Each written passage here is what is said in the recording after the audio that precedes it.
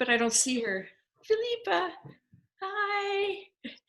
Hi, Philippa. Okay. Well, let's get started. Thank you everyone for coming. I'm Sandy Fortier and I'm the Executive Director for Juneau Jazz Classics. And I am just really happy that you all came to our virtual festival finale. I hope everybody's had a chance to check out our website these last 9 days or go on our event in Facebook. And we've just been posting old memories and photos and videos. And yeah, we even got artists who've been to the festival or who were supposed to come to the festival, and they made videos just for us. So it's a lot of really special content, and it's just made for all you people who are on the call. If you have problems finding it, because I know that's been happening, let me know. You can just we'll chat it in the box here or send me an email. You can send it to sandy@jazzandclassics.org, and I'll help you because I really want you to see all this stuff. And now I will just start by welcoming, we're starting with Will, right? This is William Ransom. He's our current artistic director. And this is his last festival with us. So we're really glad he can join us today. And he probably has some topics prepared, and I sent them the questions that people submitted beforehand. So if you have other questions, put them in the chat and I will let Will take it away. Thank you, Sandy. This has been such a strange year in so many ways. Of course, we were supposed to be having our festival finale today, and it's very strange. I'm out here in Atlanta, so I'm zooming in a few hours later than most of you are on right now. But first of all, I want to thank Sandy because she stepped into her position just a few months ago. And when we were planning for the real festival, just did an unbelievable job, not only picking up sort of the pieces of where we were, but taking us further forward, really, than we'd ever been before. And then when all this came down and we had to cancel, putting together this virtual festival, which has been really very special in very many ways, and I know a ton of work. So thank you, Sandy, from all of us, I know. And this is also very special because we have both Linda Rosenthal, the founder of the festival, who came up with the brilliant idea and ran it so successfully for 30 years, and Zuill Bailey with us as well, who's going to be taking over, I guess, tomorrow, right? No. Starting right away. The three of us, I know, will continue to be in touch and plan and dream and do everything to help make this festival even better than it ever has been before. But it's very exciting. I remember visiting with Linda and her husband, Paul, who founded and ran the Sitka Festival for many years. And we were talking about artistic directors in general, because all three of us here run a number of different series and a number of different festivals and have been involved not only with playing and teaching all over the place, but with running things as well. And I think the way that Paul put it was, it takes a really special kind of person to want to and to be able to run a festival. And the word for that person is a lunatic. He did say a very special, wonderful kind of lunatic, but a lunatic. And so I have to say some of my best friends are lunatics. But as sad as it was not to have the festival this year, again, the last year has been just amazing in so many ways, because not only bringing Sandy back on board actually, because she was executive director a while ago, I understand, but also the board has come together like never before to really take ownership of the festival and to put us in a position to be so successful going forward. And then when Zuill accepted the invitation to join us as an ongoing artistic director, that I just can't imagine anybody better or a more exciting future ahead for Juneau Jazz Classics. Sandy, are you there? You've dropped off my screen. Let's see. She is here. She's just pulling up a video right now. So I'm going to let her keep working on that to prepare that. Thank you, Will. I'm not sure who is on the agenda next, or was the video next on the agenda? Actually, I can speak to that a little bit. I think we were going to go to Linda next, starting with the current and going back to the beginning of this amazing experience that we call the festival. Linda, how did you possibly dream this up, and how did you keep it going for 30 years? Well, I am among those lunatics that you know and have been. So,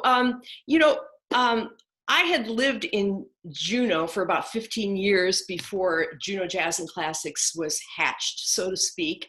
And I, as a professional violinist, teacher and everything, first of all, I was employed. I was an adjunct professor or adjunct teacher here at UAS during those years.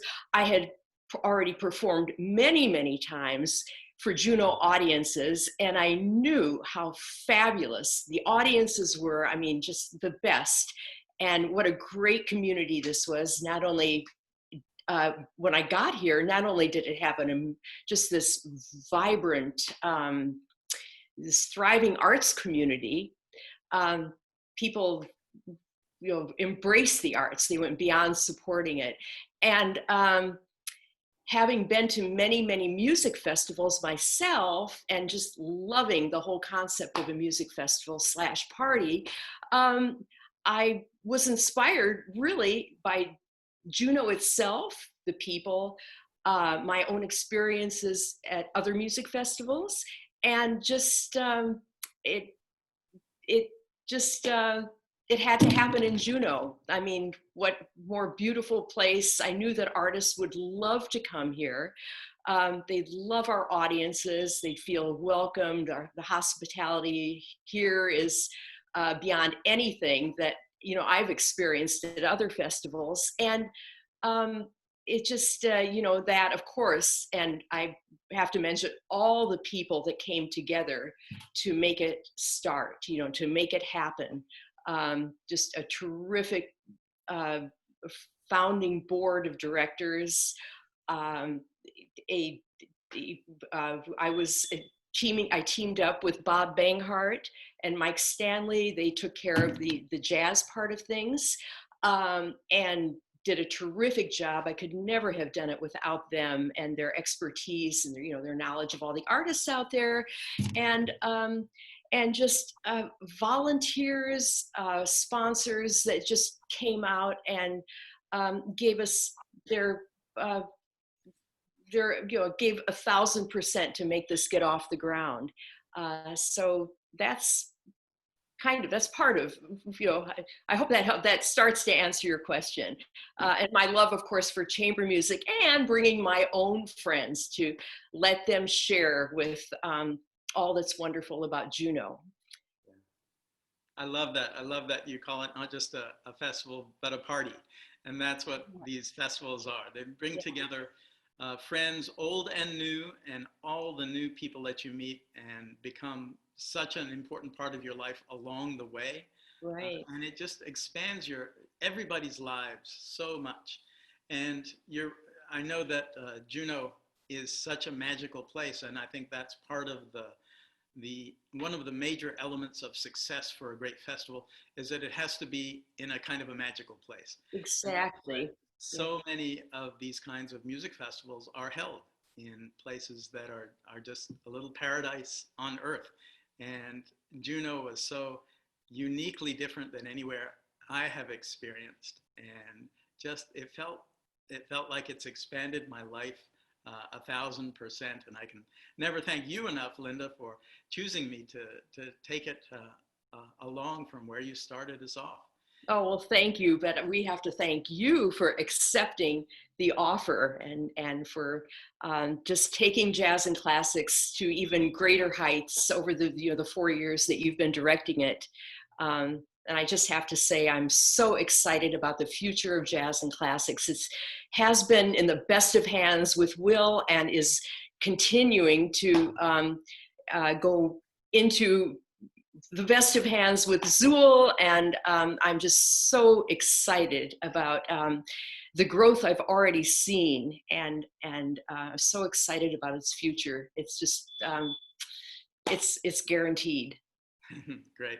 And with that, I think that's a perfect intro to our incoming artistic director, Zuill Bailey. Hey, Zuill. Hi. Well, I can't outdo that. I mean, the fact is that I feel like the luckiest person on the planet to have met the Rosenthals when I did. The sense of community, what they have created throughout the state, the fact that Alaska does embrace, unlike any place I've ever seen, and it takes time to build those things, which these festivals, the Juneau Festival has such roots in the ground and a trust for education, as well as to bring and rally the community together, to represent for the state and the state capital. And again, as this new chapter is going to begin, it feels like it kind of began 11 years ago, inch by inch, brick by brick, when I first started visiting Linda in Juneau and playing with her and getting to know the community slowly. I can't,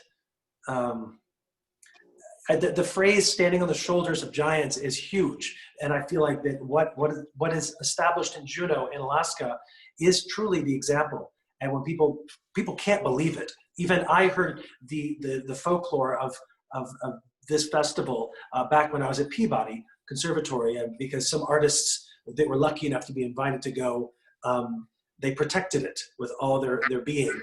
It's kind of like what happens in Alaska stays in Alaska. And again, the luckiest time of my life was when my phone rang in 2007, and I became very close to the Rosenthals then.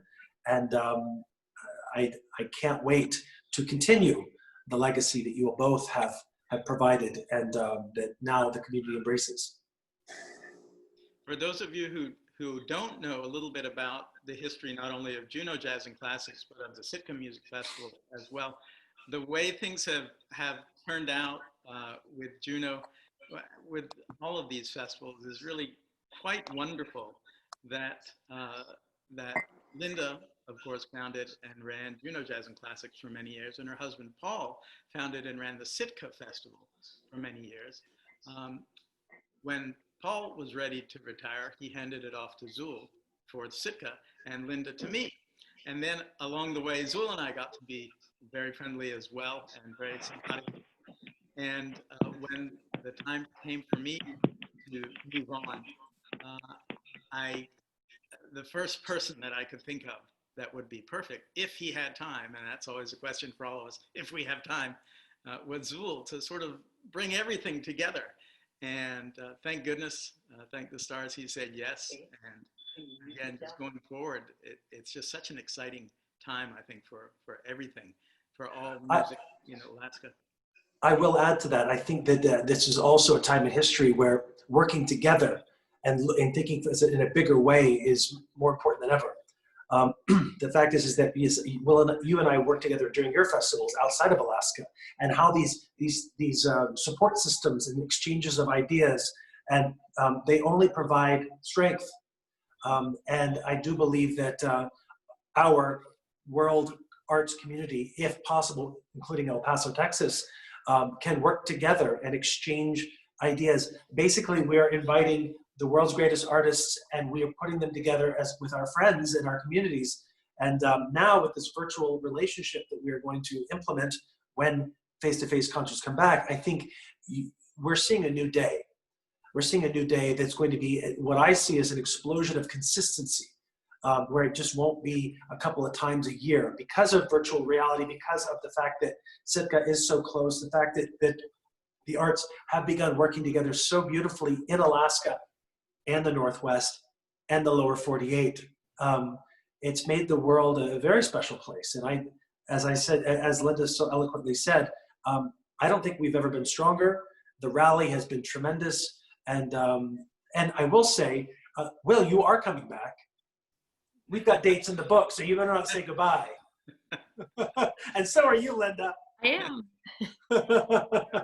I have to say, one of the things I'm most looking forward to that we will do in Juneau, we'll do in Atlanta, we'll do in Highlands, we'll do other places as well, is bringing the three of us together. Linda, Zuill, and myself are going to be playing piano trios over the course of the next year and hopefully longer. And we've never played together as a trio. And I am just so excited and thrilled about this. And boy, when live music starts up again, it's going to be a nonstop party. Yeah. I too am thrilled. Can't wait to play with you guys.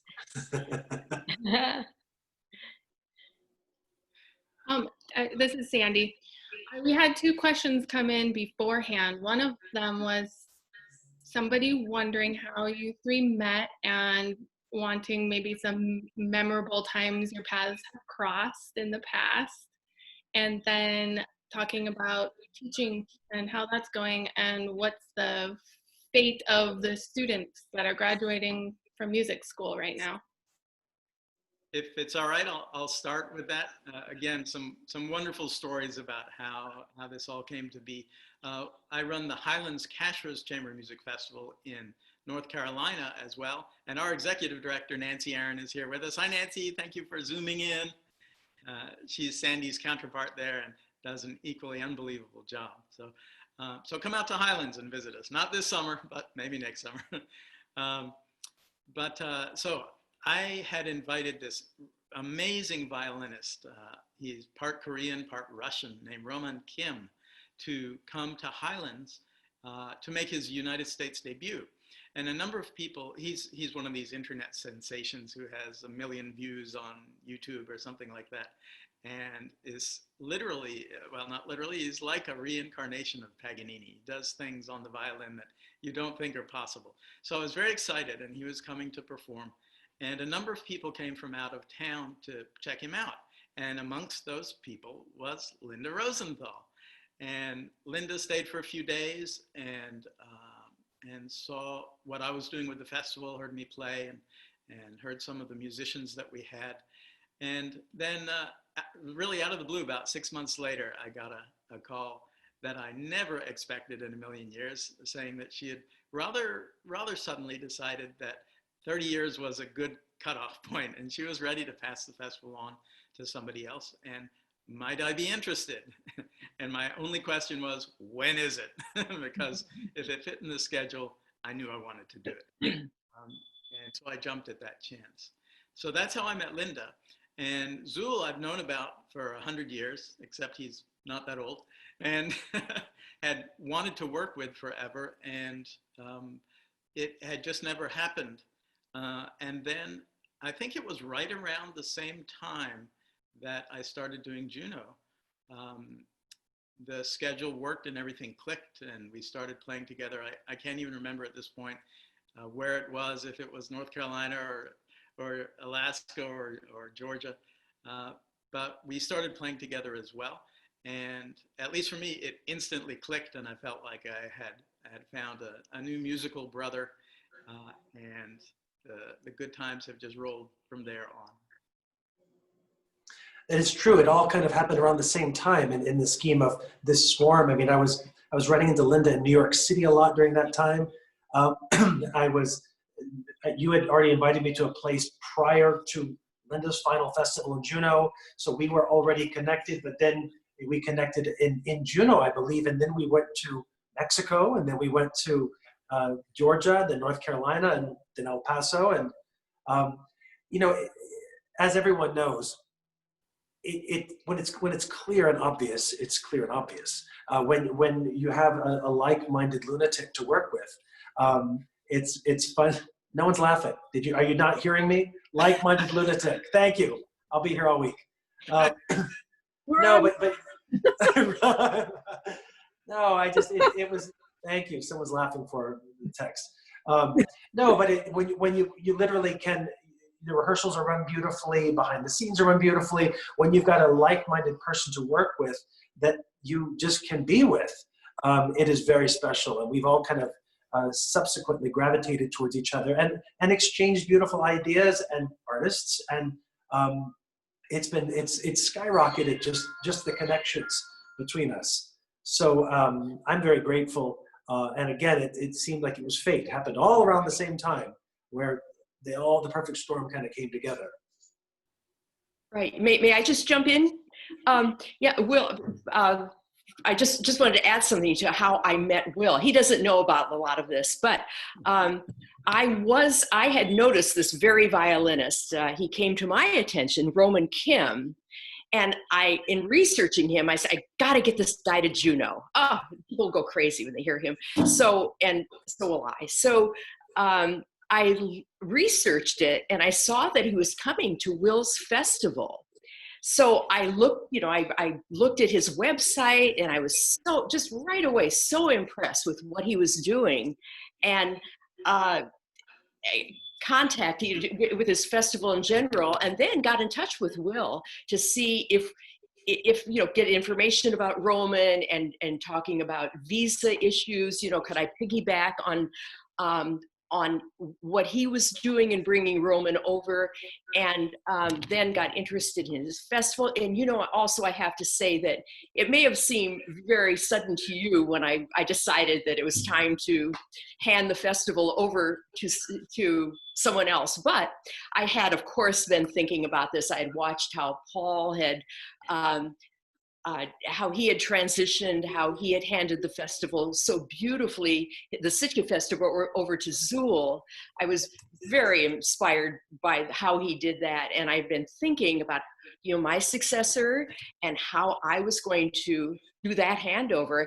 And somehow, Will, I just thought of that immediately when I went to that website, and it was somewhere, 2014, way before you knew that I was thinking about you.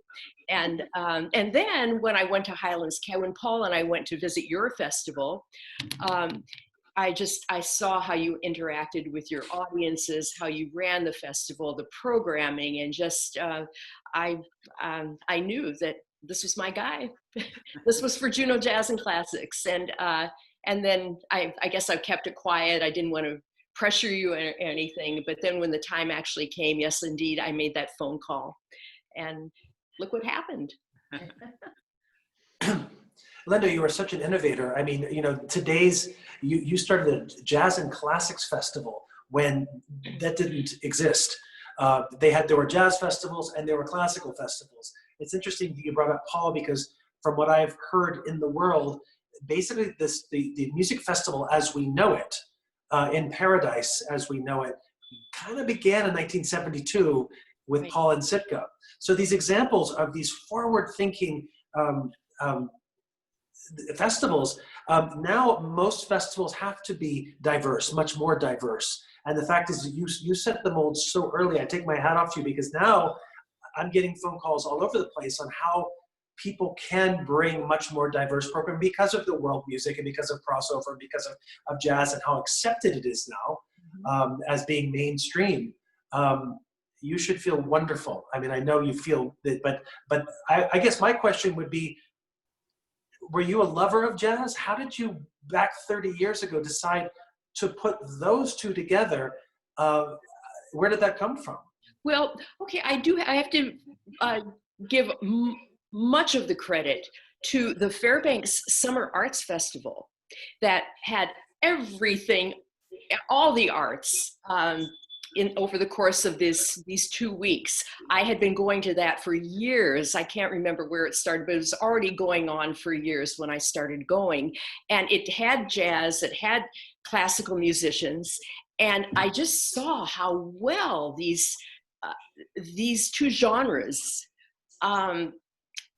overlapped, intersected, how great it was, how much we enjoyed being with the jazz musicians and how much they enjoyed being with us. And it's not that we would do that many crossover concerts of this, but it was just that respect, that mutual respect and kind of awe we had for each other.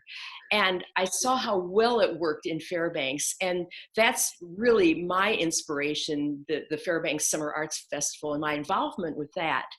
And jazz and chamber music, they have so much in common. And so I thought Juneau, and I thought that Juneau and that combination was a perfect fit.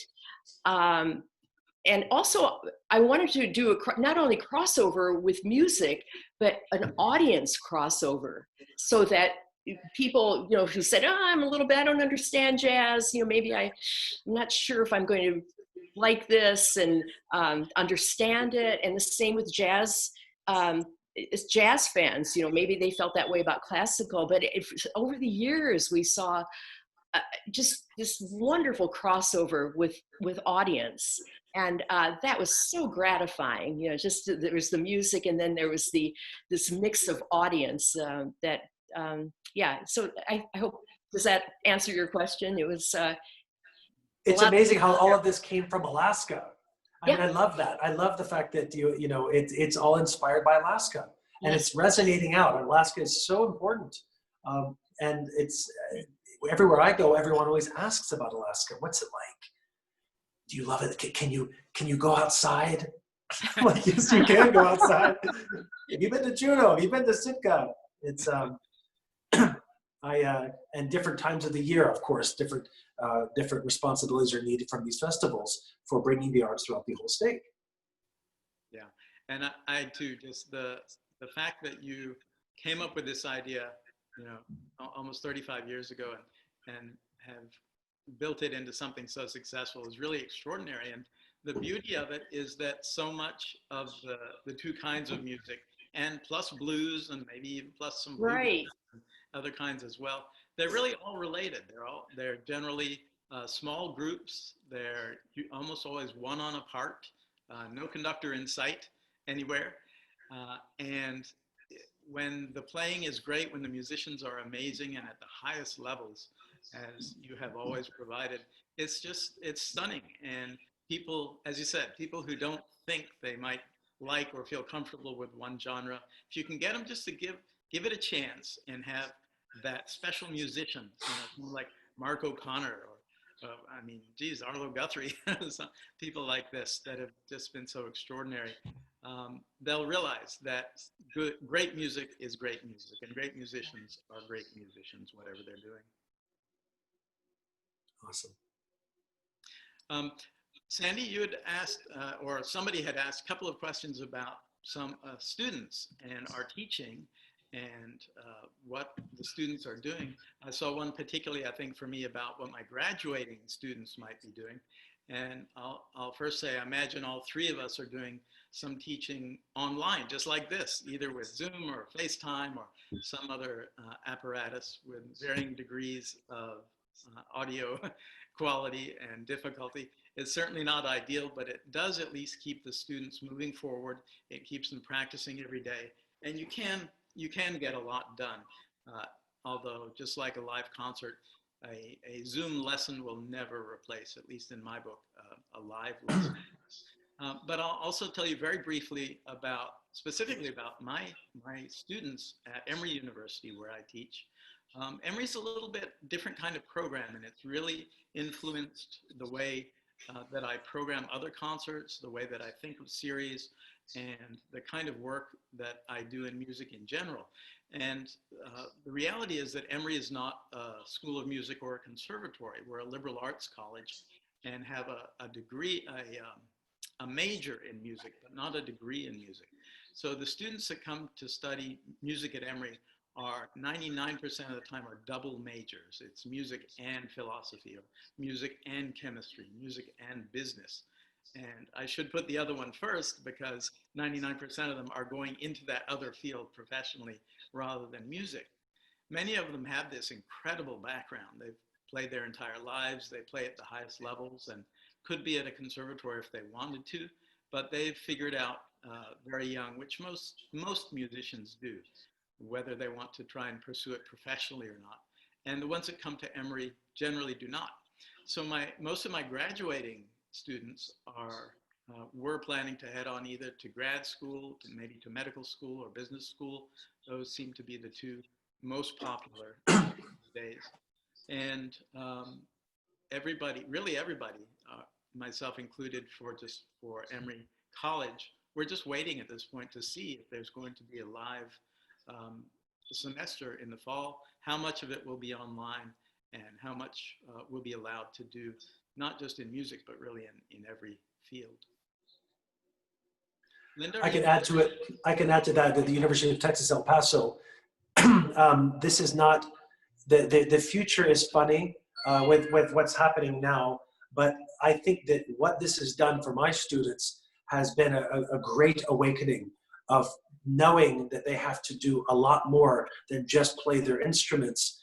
They have to represent, they have to be creative and flexible and innovative in the arts as musicians. I had a student last night who was so proud of, his name is Chris Bears Haggis, a graduate student. He studied in Alaska before, finishing up his graduate work, played 3 Bach cello suites live Facebook feed for his degree recital last night. But the thing that made me the most proud was I felt him. I felt him as a person through this weird medium. So he basically had to take ownership of what he stood for and kind of think outside the box or inside broadcasting. And the fact is that, you know, you as a performer, you have to present your product. You have to make people feel who you are. It's not just about playing the notes. And these days, you have to be technologically savvy. And you have to know how it works. And I would say, for me, and I would say Linda as well as Will, this was kind of a baptism by fire. The fact that we had to jump so quickly through these hoops where I was avoiding for the last 10 years as the Zoom thing happened and teaching online. But my students have shown me the way, have shown me how to connect and how to present themselves and how to use specific microphones to make your presentation more authentic, you know, and putting on basically a show. I think we're going to be in for quite an interesting next 12 months. I will just go on record and state what the facts are. But until we find a vaccine, I think we're going to be evolving in ways that we didn't think we would 5 months ago. But we're totally on the right track, and we're using this technology in the best way possible. And again, I'll just repeat myself, but my students are thriving. My students are ready for whatever's out there. And I will venture to say, I would have been more worried about them had this not happened. Because I think that they were just trying to fit the same block into the same mold as everybody else was. And now they've got a different set of muscles. That's wonderful. And I think you're absolutely right. And I love the baptism by fire for sure. Me, the same thing. I'm not exactly Mr. Technology, but I know. You catch on pretty quick once you have to do it. Yeah, survival. Yeah. Sandy, I just want to make sure that we're okay time-wise. I understand that this may be a limited session time-wise. I'm okay to get going or to keep going, but I just, if you guys need to go, I can consider it be 30 minutes. I haven't gotten any more questions, so I'm happy to start wrapping up. Will, Linda, Zuill, do you have any last words? And then I can wrap up spiel, and then we have a video. Looks like I think Gregory Williams has a question. Oh, okay. Make sure you unmute yourself. You have to unmute yourself, Greg. Greg. Here, I can unmute him. Thank you. Just 2 quick things. I've been looking at festivals around, and I hit something totally new. Mostly I was looking for traditional jazz festivals, but I found one called the Redwood Coast Festival out of Eureka, California, which took jazz in a different direction and took it to Roots Festival, where they did jazz, blues, boogie, country, Western swing, etc., and mixed that whole thing bunched together. And I hadn't seen anybody else doing anything that innovative in terms of audience and trying to get an audience crossover, a different audience crossover than what we're looking at here. I just thought I'd mention that in case you haven't taken a look at what they've done. The other one is, have you seen that latest? I ran into it in Facebook yesterday. This latest video that was done out of Juilliard, where they basically kind of a Zoom group or video but it combined a lot of other different things, and I'm not sure what all is going into some of these. They're pretty innovative. So maybe some of your students would know those sorts of things where they're mixing that with the click track things, which you're probably going to be showing here with one of the videos that's coming in if you've got multiple performers. I'd like to know a lot more. I'm trying to learn a lot more about mixing those different approaches, including some of the software that I've been trying to look at, and some of the other people here in Juneau, with how to play together online. Things like Jam Kazam, and seeing if that would work in a limited area network, not on Wi-Fi, but direct link online. And I'm pursuing that again with Theanne Murphy and Jim Knoll at the moment. But just I'd like to know more about how to mix all these different technologies that are kind of sitting there with what we want to do the next year. That's it. Thank you.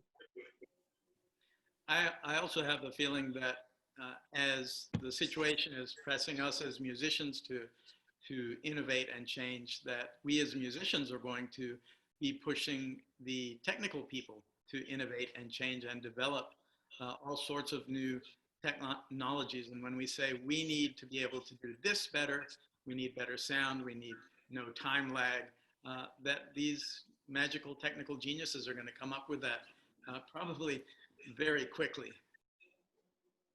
I will add to that. One thing we can look forward to is also, much greater impact in all the things we do via the internet. Just the other day, when I, as you all know, I believe in going to the schools and giving presentations, and I generally do no more than 400 people at a time for a live concert for these kids, and consistently so. But because of our situation right now, I was able to give a presentation through Felipe Solis and El Paso Per Musica of a 1-hour performance for the El Paso Independent School District of 7,000 plus kids, all sitting at home, learning about the cello and the history of music, and all this in one shot. And I can't even imagine, it makes me realize that now what can we do? How can we do this? We can bring artists in from around the world that come to our festival in Juneau, but they can be at their homes prepping the audiences for their concerts face to face. They can be prepping the schools for that could be part of their contract. There are so many things now that are going to be education based as well as patron based to prepare us for these wonderful special times we can get together.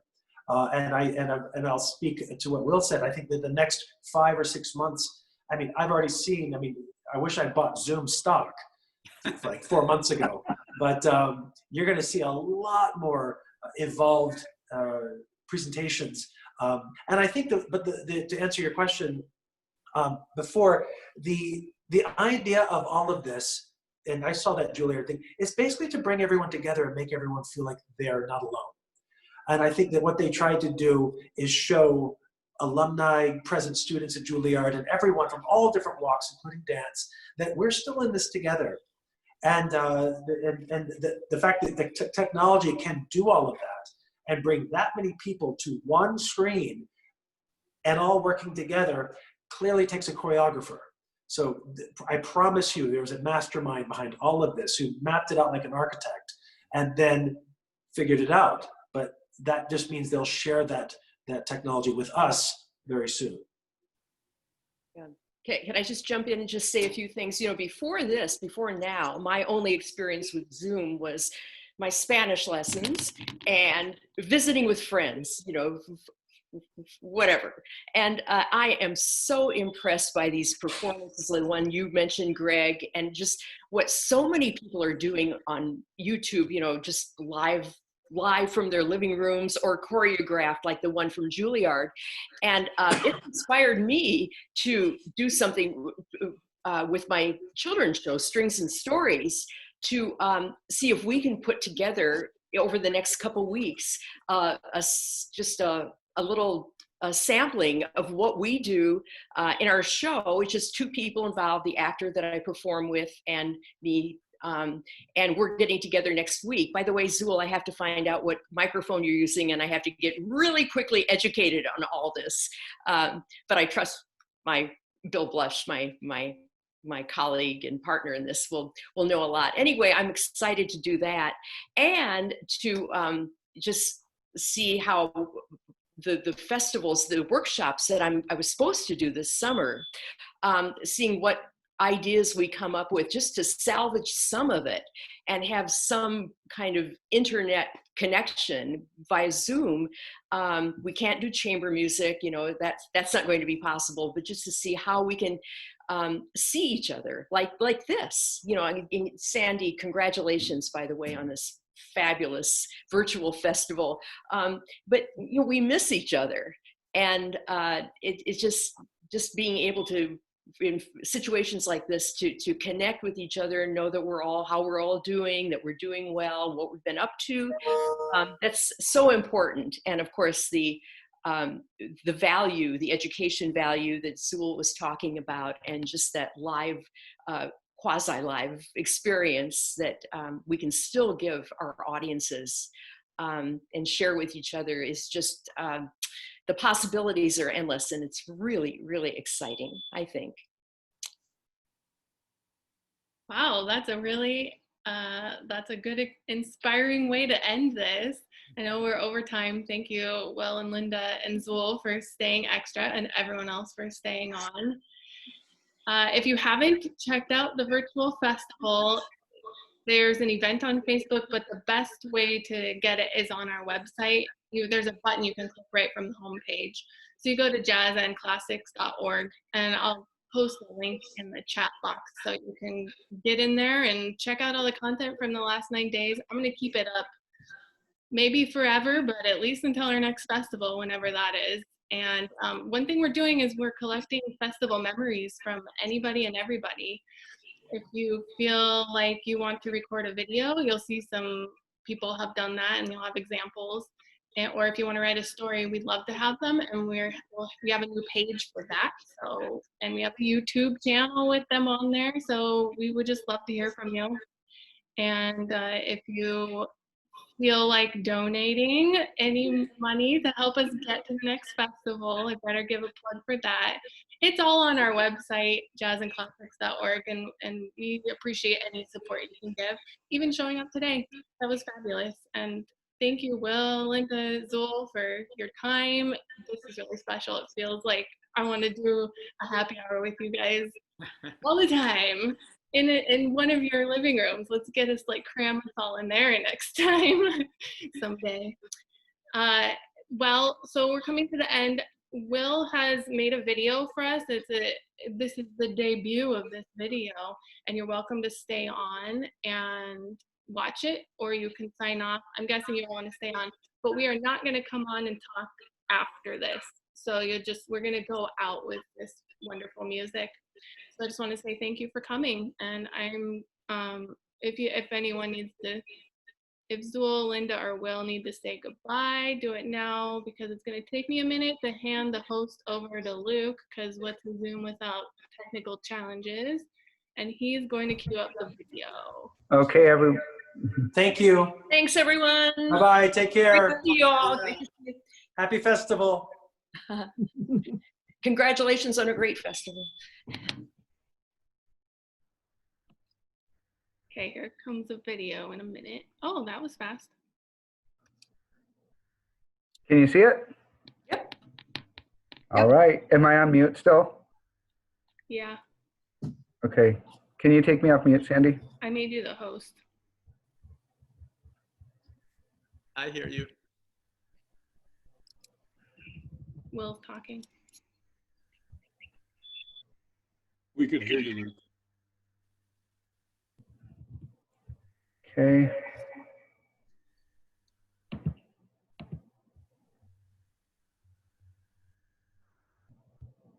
It's not playing, Sandy. Hello, I'm There. William Ransom. I'm Oh, director of that's the wrong one. Sorry. Souls in It's the wrong video. Well, that was a great one too. the celebrate spring, and I know it's perfect springtime weather in Juneau right now. Also gorgeous here in Atlanta, but we're Sandy, you're gonna have to take over. Okay. Robert Schumann, great romantic composer, and appropriately, it is called Romance.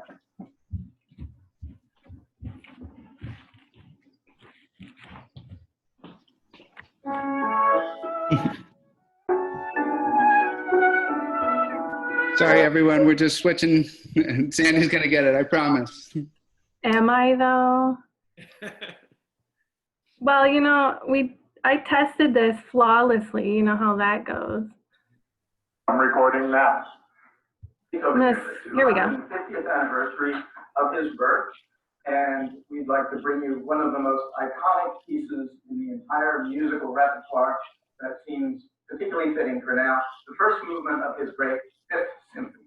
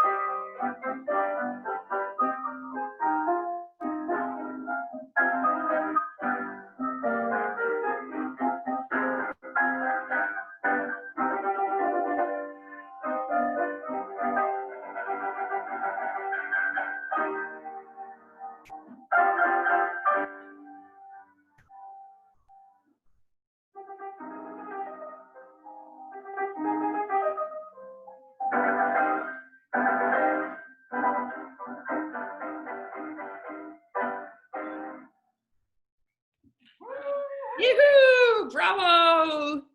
Thank you. Great. Thanks everyone for coming. Enjoy your sunny day. If it's sunny where you are, it's sunny here. Thank Bye. you. Bye. Bye.